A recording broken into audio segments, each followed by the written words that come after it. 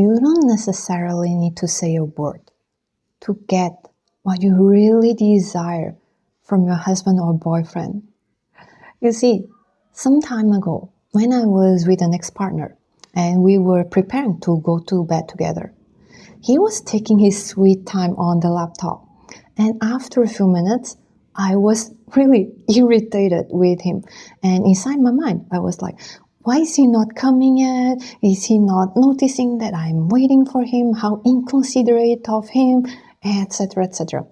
However, instead of, going towards him and telling him, hey, I've been waiting for you, let's go to bed, etc., etc., I went to him and without saying a word, I only looked at him with puppy eyes, and him, without also saying anything, closed his laptop immediately and went to bed with me. You see, you might ask, hey Monica, are you actually manipulating him and etc., etc., because you were angry with him? Why were you not being honest with him? I was actually honest with him.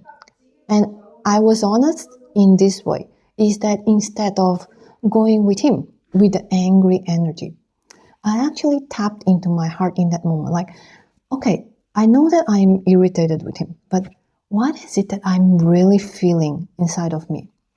And then I went to this very vulnerable place that I actually wanted his company back then.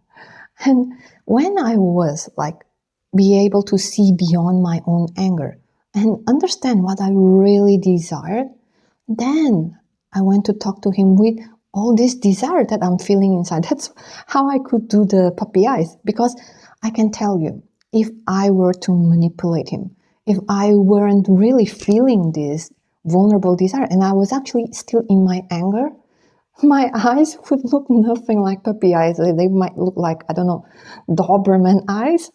So it is about, when we communicate, first we have to understand what do we really desire before we communicate.